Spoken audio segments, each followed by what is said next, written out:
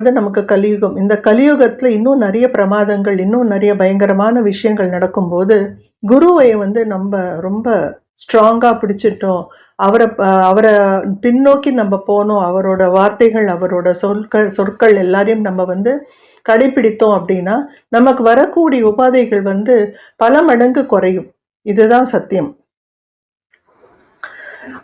அவர் என்ன தத்தாத்திரேயர் என்ன ஒரு சத்திய வாக்கு குடுத்திருக்காரு அப்படின்னா, பூ உலகம் அதாவது கலியுகம் இருக்கிற வரைக்கும், அது அழியற அந்த க்ஷணம் வரைக்கும், நான் என் பக்தர்களை ரட்சித்துக் கொண்டே இருப்பேன் அப்படின்னு சொல்லிட்டு அவர் அந்த சத்திய வாக்கு குடுத்திருக்காரு.